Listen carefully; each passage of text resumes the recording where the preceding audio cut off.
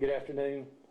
I'd like to invite any member of the City Police Department that would like to come up here and stand with me to do so. This will be a short press conference, but a very important one nonetheless. Everyone's been made aware that skeletal remains along with the skull were recovered on an old station road earlier this week. I'd like to announce, due to the excellent police work by the City Police Department and Spartanburg Sheriff's Office, they have enabled my office to make a quick identification of the individual that was recovered. Due to dental records that were recovered on a missing persons report filed to the City Police Department almost 5 years ago, we were able to meet with the family of Evelyn Shelton last night and notify them that we indeed had her remains in our custody. I dispatched an investigator early Wednesday morning to Charleston, where a dental specialist and a forensic anthropologist have and still are reviewing the remains as part of what the coroner can offer to any investigation that a police department may have. But we were able to get that family closure last night. Of course, that is not the result that the family would have liked to have. They've been holding on to hope for close to 5 years that she would be found alive, but at least they knew where she is, or they know where she is now, and that we'll be bringing her home after all the testing is complete. There's not a lot that I can say about the investigations, simply because they are an open investigation, and quite frankly, we've been so busy with the identification process that I know next to nothing about what they know as far as their investigation. But having done what they've done years ago, I understand that they may want to keep some of that information to themselves based on what we know now, to try and help me get to a true cause and manner of death here. So I know it's relatively short, but this is extremely important. I know when we met with the family, there were close to 15 family members here last night, and they were relieved at least to be able to get some kind of an end result here. And quite frankly, the investigative process now, the real hard part of it's going to be on the City Police Department. I'll take any question you guys may have. So the family was here last night. Yes. When you kind of broke the news to them. Yes. Can you expand on how their reaction was? I know they've been holding on in this case ever since she went missing. Well, understandably, it's just like I said, it wasn't the result they were hoping for.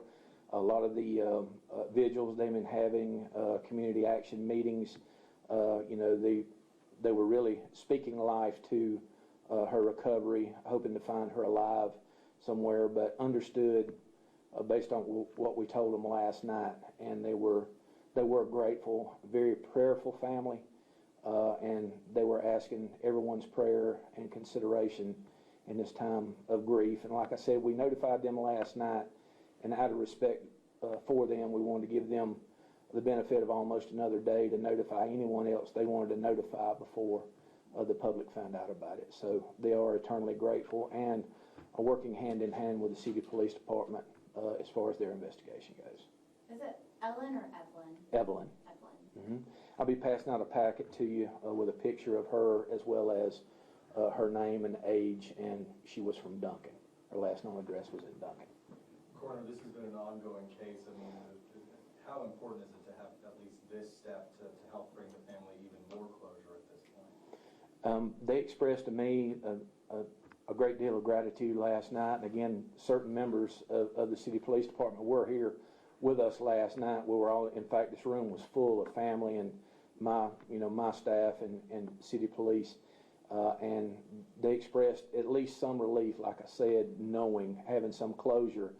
But if you'll think back, it took us virtually only 48 hours to make the identification, and there are a lot of factors that figured into us being able to do that. We're not trying to say we're any better than any other law enforcement or coroner's office, but it's due to the great investigative efforts of our City Police Department, Sheriff's Office, search dog teams that came up and assisted us.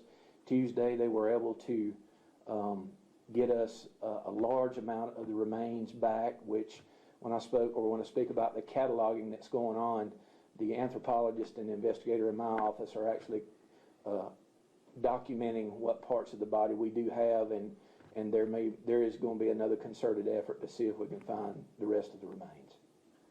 So at this point, part of that work will help determine if you guys can come to a conclusion in terms of the cause and manner of death? Well, every bit of evidence that I can put in front of that forensic anthropologist gets us closer to whether or not trauma is identified on any part of the body.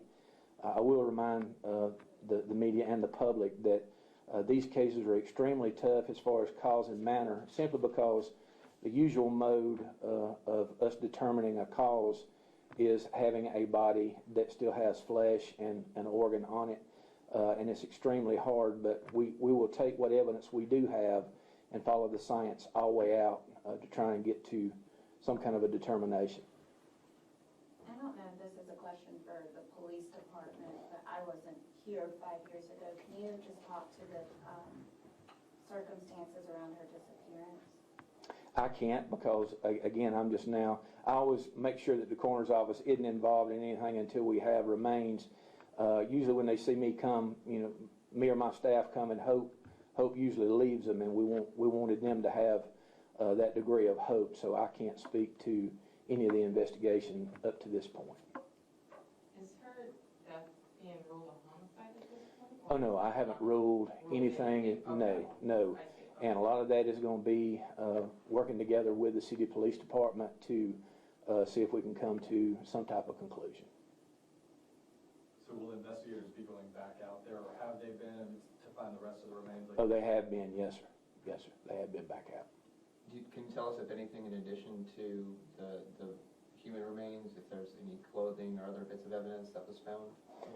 I haven't seen any, and again, that would be the city police department's area there, and they may, because it is an open investigation, want to keep some of that information confidential. So when they do, question individuals, that would be something they would know and no one else would. So some of this information they're, I believe, respectfully are wanting to keep kind of close to chest so no one else would know some of that information. Anyone else? Thank you for coming out today. Thank you. Thank you.